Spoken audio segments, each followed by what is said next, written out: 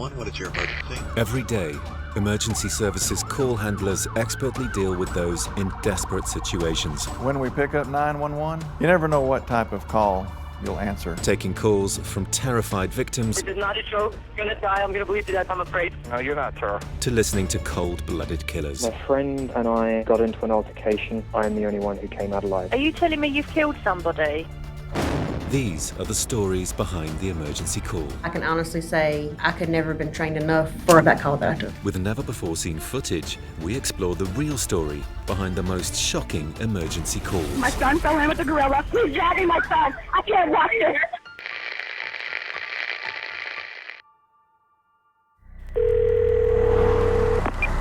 Stand for 911. Where's your emergency? Oh, please. What's the problem? I need to know. Let the police up with a gun. With a gun. Hurry Who up. has a gun? Please, hurry up. He's killing my girlfriend. He's trying to attack me. Please hurry. Hurry, please. Are you there with your friend? Listen, please. Are you there with your friend? How fast can you get them here? Just kill my friend. Hurry.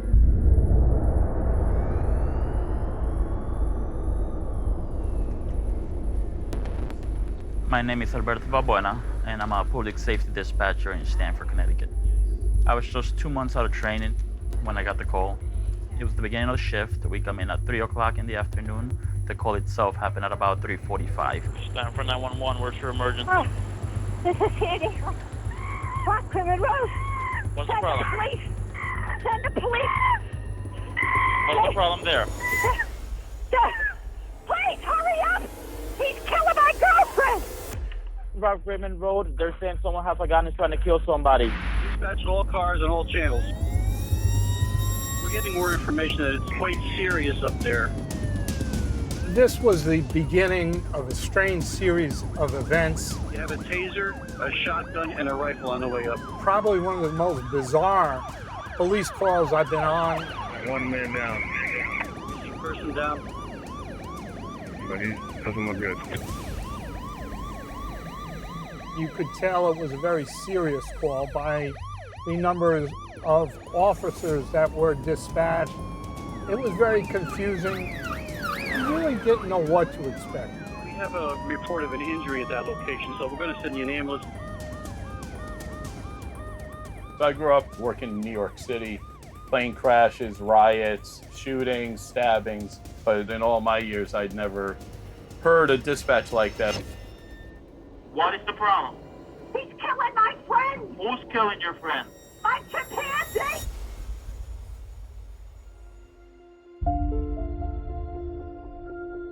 Travis the chimpanzee was adopted when he was a baby in 1995 by Sandra and Jerome Herold. Travis the chimp was very famous in town. He would often be out and about with his owners, and they would show up downtown at different fairs, at the parks. They would bring him out for walks. The Herolds operated a towing firm, and he would often show up with the tow truck at different accident scenes. Travis seemed to have an affinity towards law enforcement, and many of our personnel took photos with Travis and played with him. Over the years, the bond between Sandra and Travis grew and became stronger following the tragic death of her only child in a car accident and the passing of her husband to cancer. He was treated like a child, fed steak, ice cream, lobster. He would drink from wine glasses, often drinking wine.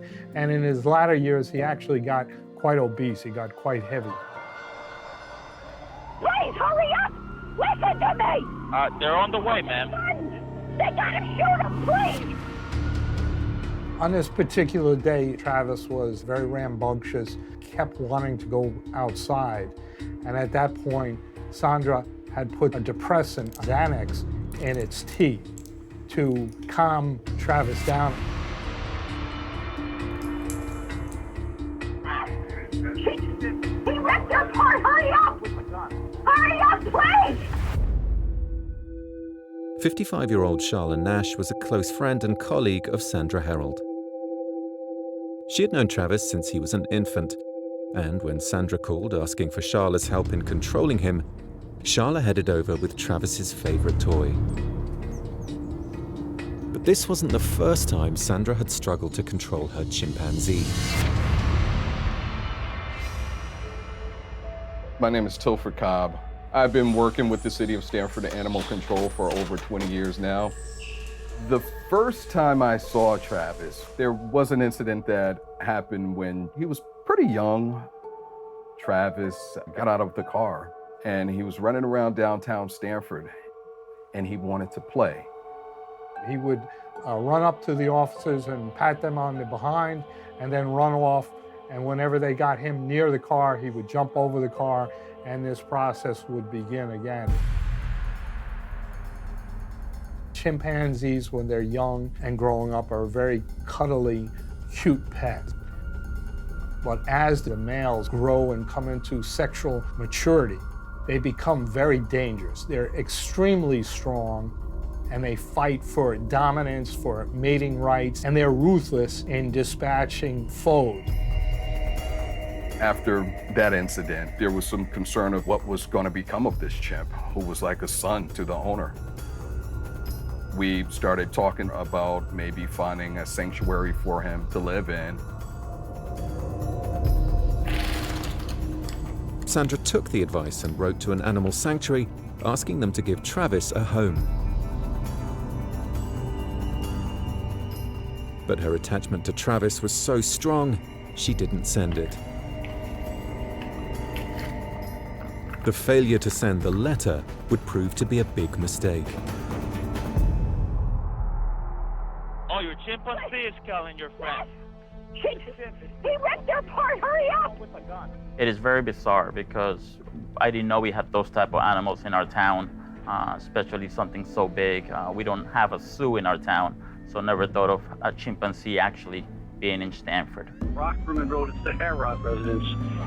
There's a 911 phone call that they have an animal. It's a chimpanzee that's going crazy inside the house and possibly injured someone. I was at headquarters, and when this call came in, I started towards the scene. I knew I would be in command. Initially, there was probably about 20 personnel dispatched. It was very manpower intensive. You have a taser, a shotgun, and a rifle on the way up. Dispatch animal control. Animal control. Do you have tranquilizing equipment? We don't. I'm trying to get a doctor out here now with a tranquilizer. I was sitting here and I took the call from the police department and I remember thinking, wow, that's Travis. We jumped in the vehicles to head up to the property. It's way kind of in a far removed area. It took some time before officers arrived on the scene. Where are they, please?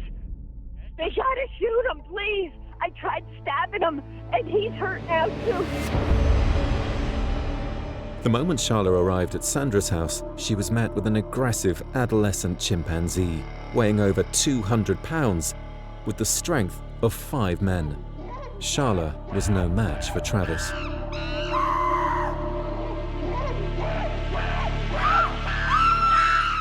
Sandra instantly tried to protect her friend and attempted to stop the attack by hitting him with a shovel. It only made him worse.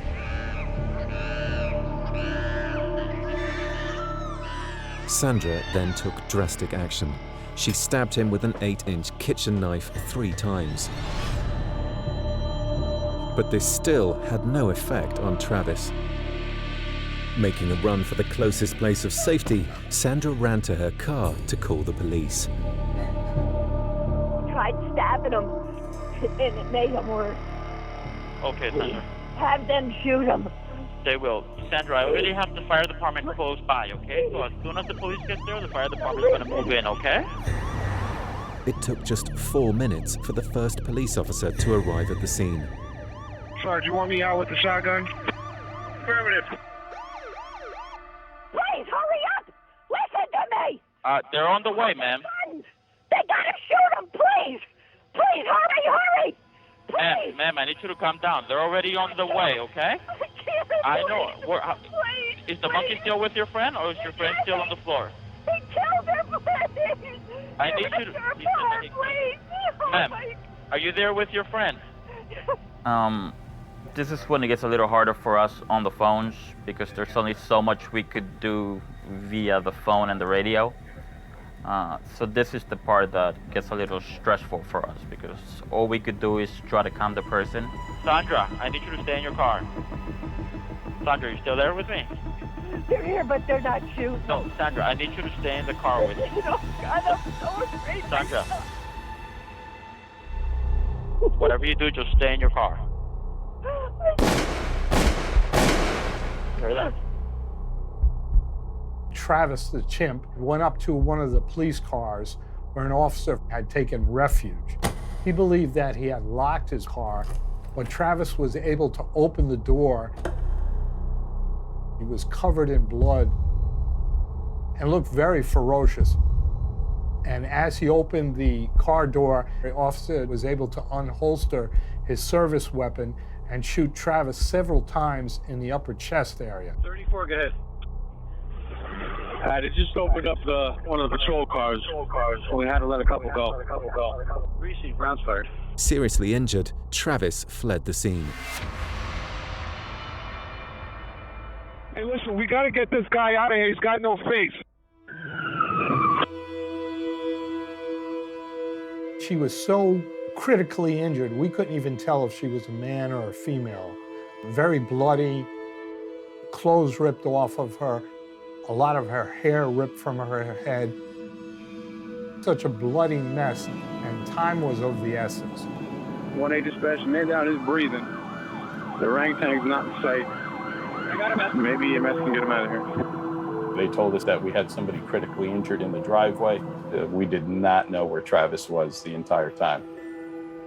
We formed a protective barrier around EMS and fire personnel, and we escorted them to where Charla Nash lay very mortally injured on the property.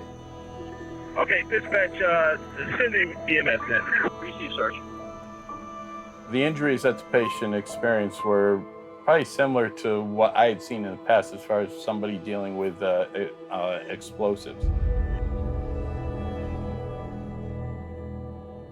It just showed the power of the animal and the attack, the types of injuries that was unmerciful. Vicious, wild animal attack. And the animal won. The animal was just so powerful. We did find that she was breathing, but her injuries were extensive. She had massive facial trauma.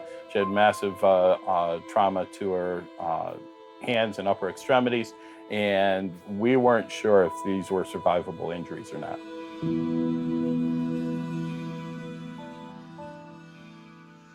We didn't know where Travis was. He had been shot. So we were looking for him on the property. We found a very distinct blood trail.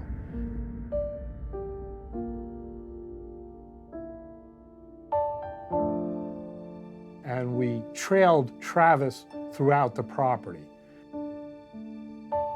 Travis took a very winding path throughout a wooded area and back around to the property.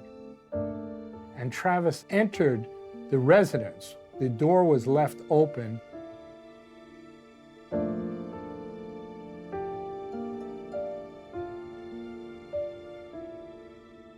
And as we wound throughout the house, following this very distinct blood trail, we came upon Travis in the rear of the house where its enclosure was.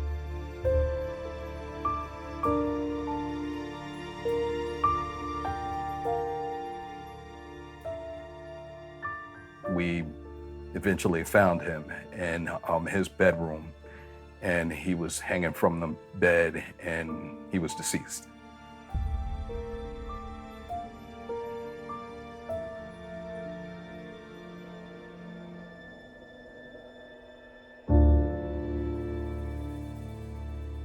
Hey, one of the medics for this lady. No, no, no. Sandra, are you there with me still? No, I just want to sit in the car, okay?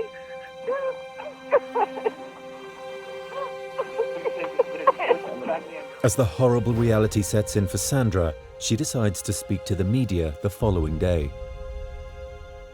Here's something that was like my son. There's my best friend. It was in seconds, minutes. What do you do?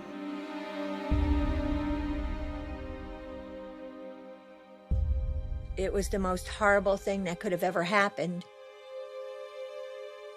And many people know the love that I had for Travis and Travis had for me. It's horrible. It's a tragedy on both parts, for my friend and for him and me.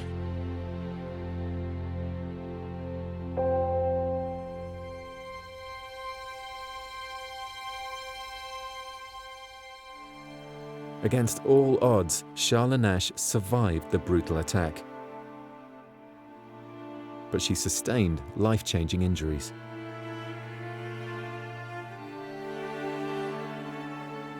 Charla spent nearly 2.5 years in hospital, undergoing pioneering face transplant surgery. 5 years after the brutal attack, Charla became an advocate for a change in the law and owning primates as pets. I am Charla Nash. I'm here today to make sure that what happened to me never happens to anyone else ever again. In February 16, 2009, I was attacked and mauled by my boss's chimpanzee, Travis. He ripped off my face. I contracted a disease from Travis in my eyes, and the doctors had to remove them. And that's why I'm blind today. So I'm here today. I support this bill, and I hope people really support it. Thank you.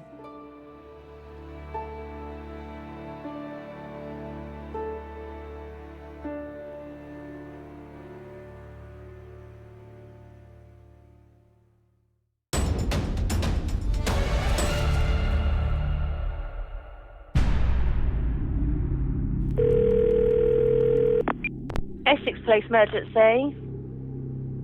Hi there.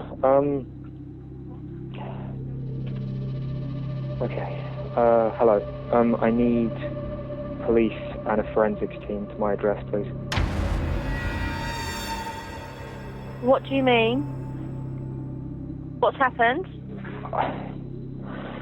My friend and I got into an altercation, and I'm the only one who came out alive. Are you telling me you've killed somebody? Yes, I am.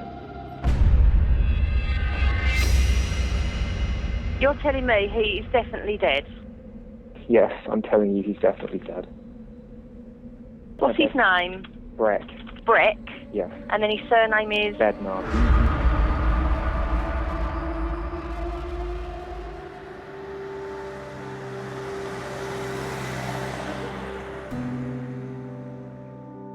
Breck was my firstborn. It took me years to have him. And when he came, I was over the moon. He was an easy and chilled baby, and I took to motherhood more than I thought I would.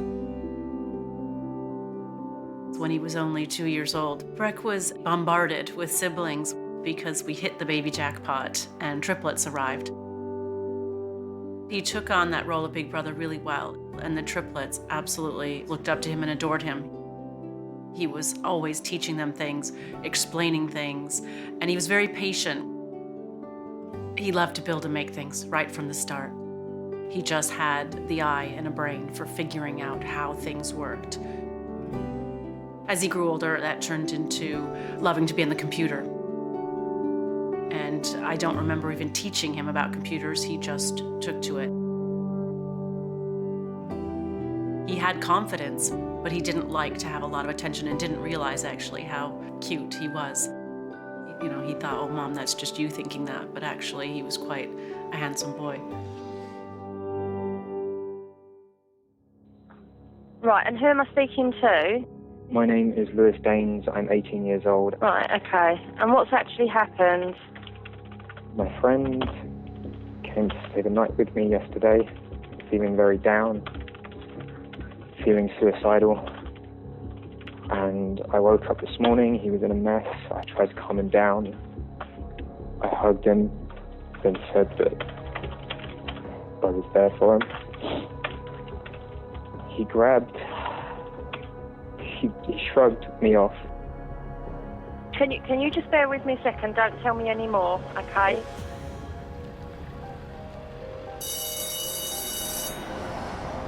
When Breck was 13 years old, he had to switch schools and started attending a local state school. But I remember one day he came home excited because he had been reunited with friends that he knew back from primary school. These friends were the guys that he had played with on the playground, that he had built things with, that he had so much in common with. And so he immediately took to spending time with them at school. They then introduced him into a gaming group, and I was thrilled because I knew these boys, I knew their parents and where they lived, and I thought, wow, what a great sort of situation. And he really then sort of melded into school and found his niche. He was quite happy then. They then introduced him to the guy who ran the server. No one had met him, but some of them had been gaming with him for up to 4 years. So they felt quite comfortable. They had built that relationship through shared interests, and they were having a good time with him. Okay, so he came to stay with you. I can explain this to the officers when they get I will there. just, I need to take these initial details. I know. I'm Charles Thompson. I'm the chief reporter at the Yellow Advertiser newspaper series, and I covered the Breck Bednar murder case. Lewis Daines was 18. He'd lived on his own in a flat in Rosebery Road in Grays, and he had run a computer server for children that like to play online computer games. He was hosting a small community of teenage boys that all played the same game, and he'd been interacting with those boys for some time, and that was how he'd met Breck Bednar. Lewis Daines told the boys that he had been running a very important and influential computer company. Lewis told the boys that he had made a fortune on the stock market and that his company worked secretly for the government. They were in awe of their new mentor. But Breck's mum wasn't convinced.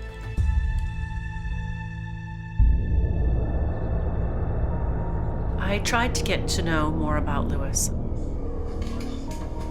I felt like there was something to be alarmed about because Lewis had an older sounding voice. I Google stalked him and tried to find out what his picture really looked like. He didn't post any pictures. He would tell the boys because of his undercover work, he couldn't show his identity. So that concerned me because there was no proof of what he actually looked like, where he lived, where he worked. They thought that I was just an overworried, paranoid mom who didn't understand technology.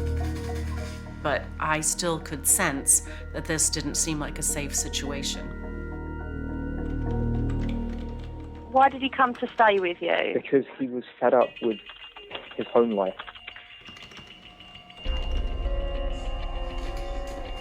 I noticed that Breck's views and opinions started to change, and I felt that it was all coming from this Lewis person who we didn't know. Breck would all of a sudden say he didn't believe in God or church, didn't need to finish education because Lewis was going to provide apprenticeships with Microsoft and get him career opportunities. He became defiant, he became surly, he started issuing ultimatums to his mum. She realized that this was drastically out of character. Nobody knew what advice to give. So I decided then to phone the police. And I said, I feel like my son and the boys are being groomed by the guy who runs the server. I gave his name. I said he claims to be 18. I think he's older. And I was told 3 times that police intelligence would be checked. And then they suggested sort of taking away his computer. So I got off the phone and I did take away all of his technology. I then organized an intervention meeting with the other parents. And we decided, well, we have no choice. And we then forbade the boys from gaming, speaking, or socializing to Lewis because we just didn't feel comfortable with it. And Breck went back to acting normally. He did his chores, he went to church, he did family activities. He was just his normal, nice self again. And I had no idea they were still in contact. Can you not interrupt me with this part? Okay, go on. Okay. This is being recorded anyway, isn't it? Yep. What I didn't know is Lewis had instructed Breck to record that meeting with the other parents on a little MP3 player that I missed when I took away his technology. Lewis now knew that we were onto him. We didn't trust him. We didn't believe him. And we didn't want our boys to spend time with him. He'd sent Breck a brand new smartphone, would have been a 600-pound phone.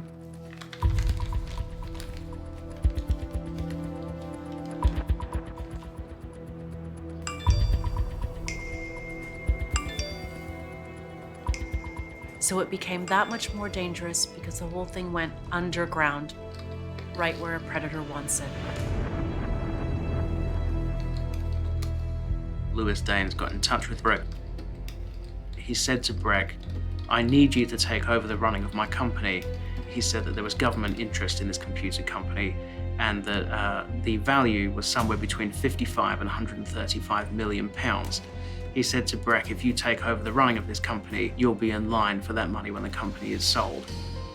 He said he needed him to come over to his flat so that he could show him the ropes and teach him what he needed to do to effectively run the company. He told Breck to tell his dad that he was going to stay with one of his local friends.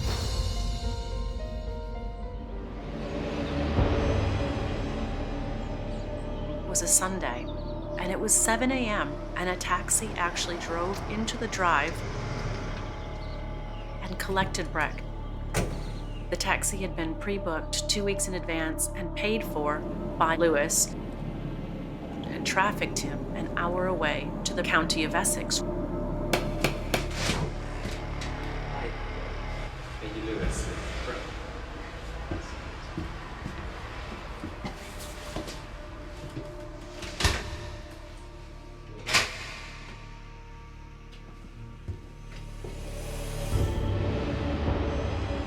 So you both went to bed, and then what's happened this morning?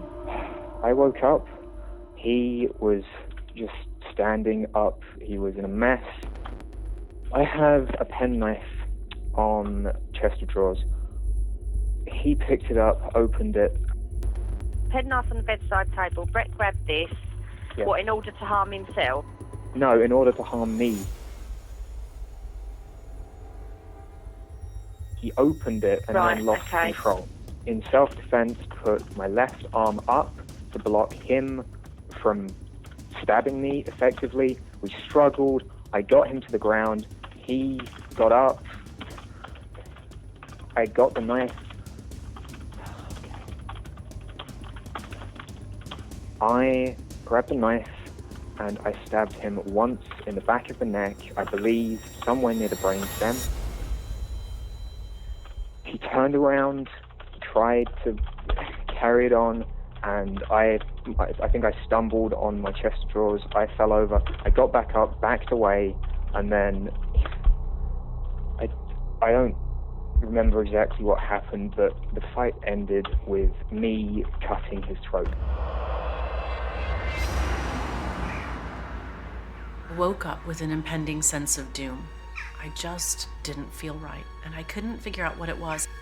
It was my birthday, and I thought, is it because it's my birthday? But then I thought, no, whatever.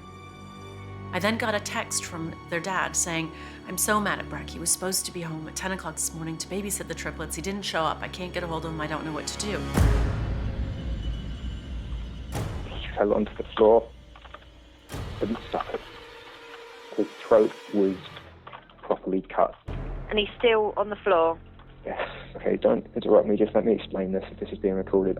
I didn't know what to do. I felt like taking my own life.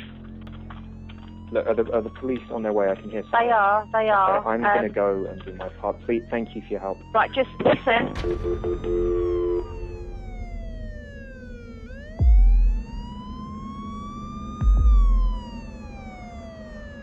When the police arrived, they found blood-stained duct tape on Breck's clothes, and then computer hard drives soaking in the sink.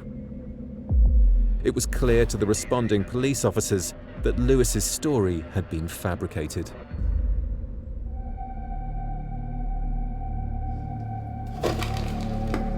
Whilst Breck was in Lewis's flat, he tied Breck to a chair with duct tape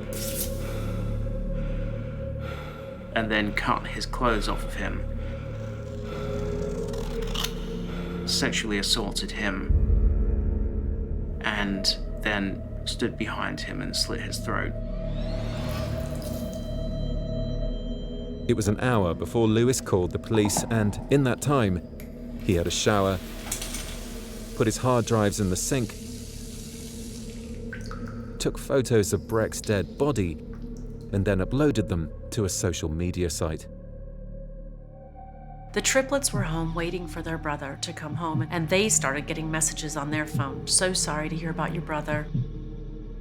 R.I.P. Poor Breck, we're gonna miss him. And they're looking at their phones thinking, isn't R.I.P. something bad? But they didn't know what to make of it. The story had gone viral because Lewis had gone online and told one of Breck's real friends, saying that it was an accident. I got the call. I don't know how to tell you this, but Lewis has murdered Breck. Upon his initial arrest, Lewis Daines pleaded not guilty to murder. But on the first day of his trial, he changed his plea to guilty. After that, the police set up a briefing before the sentencing hearing where they gave us some details about him and his background. He had history with the police. He was under investigation for an alleged sexual assault at the time that he killed Breck, and he had previously been accused of rape in 2011. The courtroom was packed for the sentencing hearing. My name is Lewis Daines. I'm 18 years old. Listening to the 999 call and then looking at Lewis Daines in the dock, you can see how young he looks. This is a man, but he looks like a boy. He almost looks the same age as Breck. One of the papers called him the baby-faced killer. After a day of hearing evidence, the judge sentenced Lewis Daines to life in prison. In light of his sentence for murder, the allegations of sexual abuse and rape were dismissed.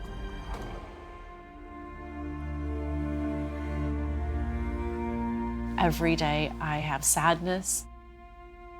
Every day I'm reminded of him.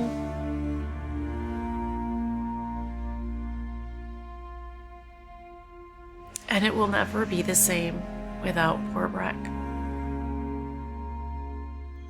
He didn't deserve this. He was a clever boy, and maybe his fault was that he didn't see the evil in the world. And the last thing we want to do is take children away from what they enjoy doing, but we need to educate them so they don't make the sort of mistakes that Breck made.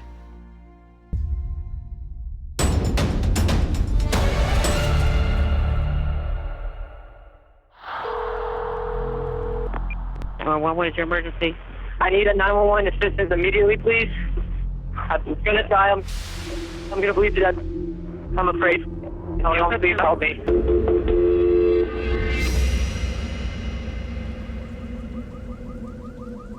This is not a joke. I'm gonna die. I'm gonna bleed to death. I'm afraid.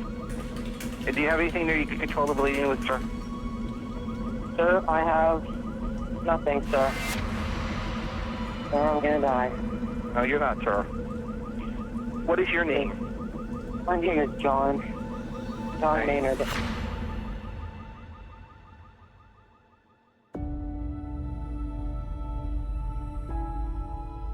My son John and I have a very close bond. We've been close since day one. It was an incredible journey just to be able to have him. John was very caring and very genuine. He was active in school. He was in Cub Scouts. As he grew up, he was in Police Explorers. John always said he wanted to be a working man. He wanted to work hard and labor hard and get his hands dirty.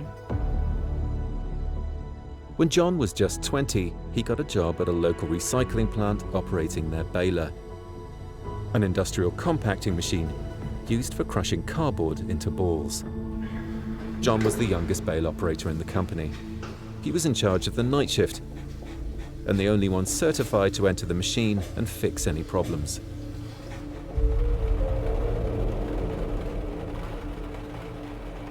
On the 9th of July 2010, John was working the night shift.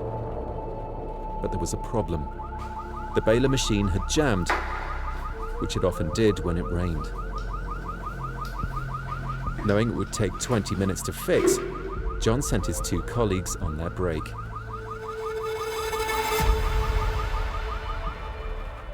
The recycling place, which is on 7th Avenue, I just had my leg amputated by a bailiff. You just had your leg amputated by a bailiff? Yes, ma'am. This is not a joke. I'm gonna die. I'm gonna bleed to death, I'm afraid. Okay, hold on for the paramedics first. Ma'am, I'm gonna die. Can you please help me? Spell the name of that company. I'm trying to find an address for them. Hello, this fire department. What's the address of the emergency, 43. sir? We're trying to find it.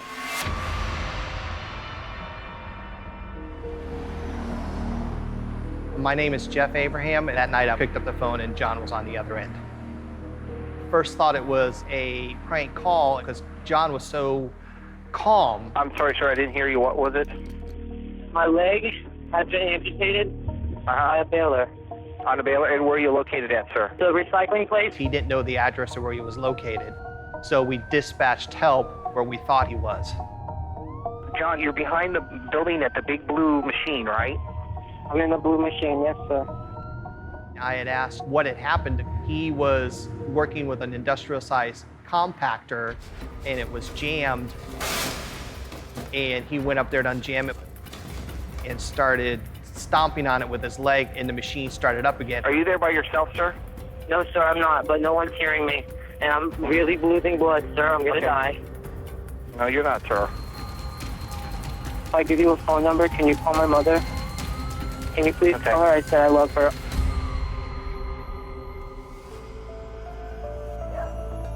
My husband and I were having dinner at a friend's house out in Chuliota, which was about 45 minutes from Orlando.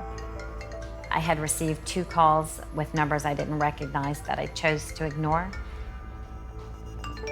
But they just really were nagging at me. And I had a gut feeling that I needed to listen to those messages.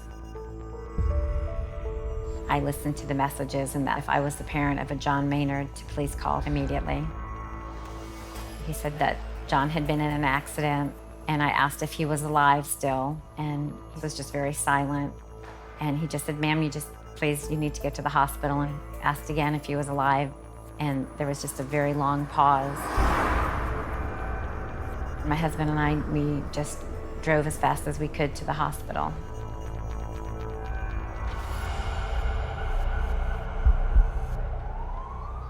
I ran out of the car into the ER, and they escorted me into a small little room and said, the chaplain will be right with you. And I remember being on the floor crying because I thought our son had passed away. The last thing I remembered was them putting the little mask on me and telling me to count backwards from 10. I got to maybe 7, and then I opened my eyes, and my family was rushing into the room. And apparently I had been out for 4 hours. When I realized that the bailing ram actually was moving towards me, I knew that I needed to get up and out of the entry port very quickly. The blades came to about here on me. I knew that if it actually made contact with me, it was going to sever me around my armpits. So I just made a mad leap for the window, and I actually thought I was good, but that last piece of cardboard I had been trying to break, which was sticking up, managed to catch the sole of my boot. and my boot got stuck in between the ram and that piece of cardboard. And steel-toed boots laced all the way up. There was no way to get it off fast enough, and I just watched my foot disappear out of sight.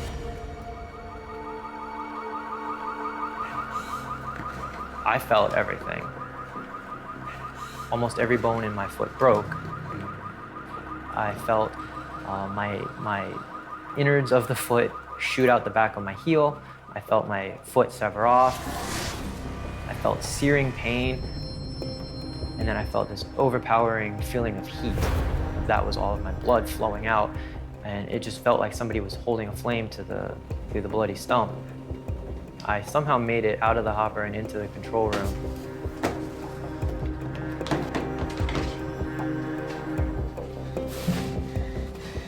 I grabbed my walkie-talkie because I knew my two coworkers were just on the other side of the plant. I radioed for them relatively calmly that I had just lost my leg and they needed to call 911. And then I sat down relieved that help was going to be coming.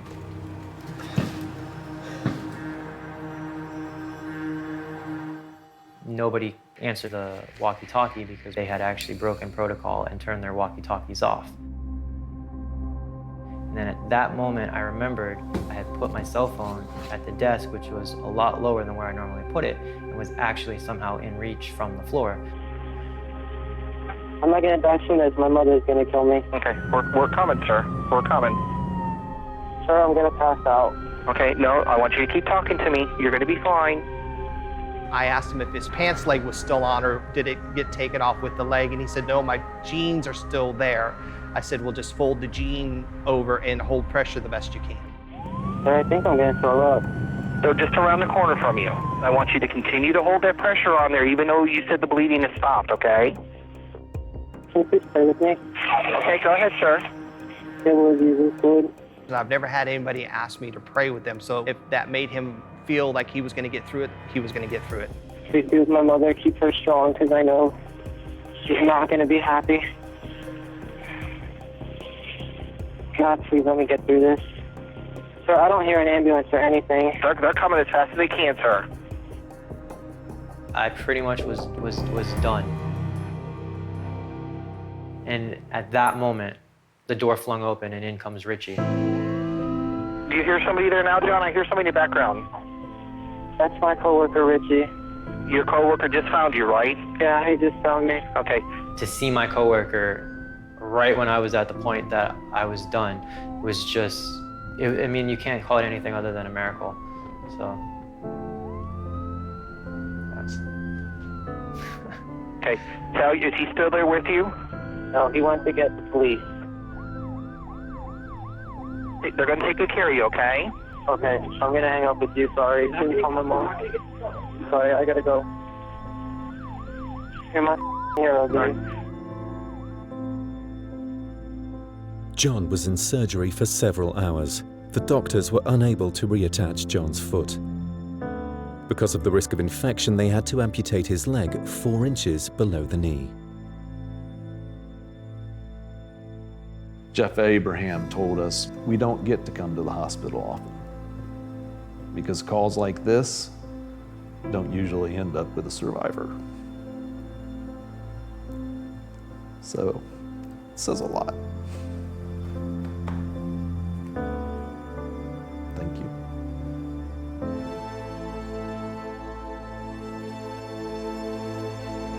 I was honestly all over the place for a good few weeks to probably a month before I fully just accepted that this is what happened and I'm here and a lot of people aren't and I need to be grateful and do something with my life.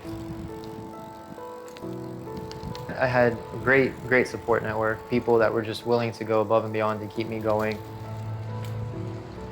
Definitely a deep sense of gratitude and thankfulness to everyone who helped me with this and to my parents for just putting up with everything that I know I was throwing at them.